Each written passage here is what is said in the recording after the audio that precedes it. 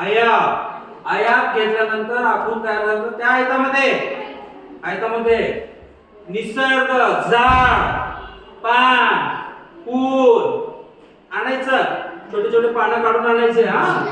ते घ्यायचं. निसर्ग निर्मिती वस्तू, मग त्याच्यामध्ये येते कांदा, बटाटी, वांगी ते पण घेऊ शकतो. भेंडी असते ना, भेंडी पण घेऊ शकतो.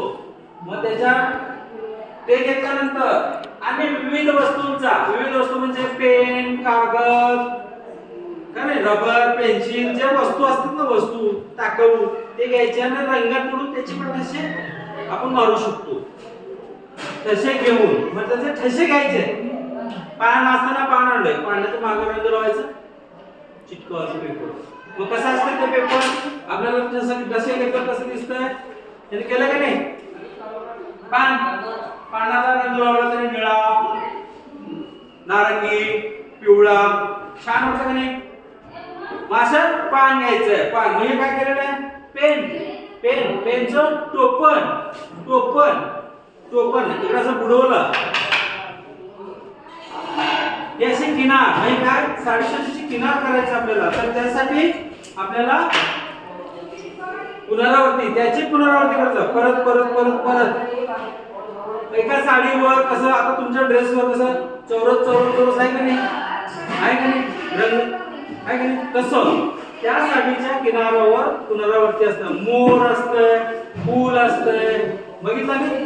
तशा प्रकारची पुनरावृत्ती करून थांबायचं नाही. पुढे परत रंग असते ना, रंग लाल, पिवळा, निळा, हिरवा, ते रंग घ्यायचं आणि स्प्रे करायचं, फुकायचं. ब्रश मध्ये घेतलं तर असं स्प्रिंकलर होते.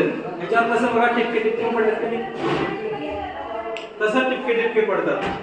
त्याच्यानंतर रंगाचे फवारे बुडबुडे पडतात त्याच्यामध्ये, रंग फवारतात घेऊन त्याच्यात पोत निर्मिती म्हणजे काय? अंधार. आता इकडं उजेड पडला तर तुम्हाला दिसत नव्हतं म्हणून अंधार केल्यानंतर तुम्हाला दिसतो. आता उघड केलं तर उजेड. असं आत बाहेर करा म्हणजे पोत. आपण हात लावल्यानंतर हे तर प्लेन असतात है ना, प्लेन असतात. परंतु आत गेल्यासारखं आणि बाहेर आल्यासारखं वाटतं, त्याला काय म्हणायचं?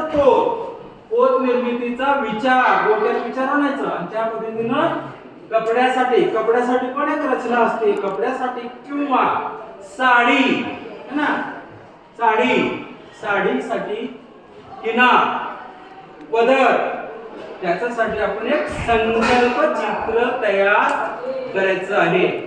आणि आता वेळ किती झाले? 1. लगेच करून यायचं. आलं की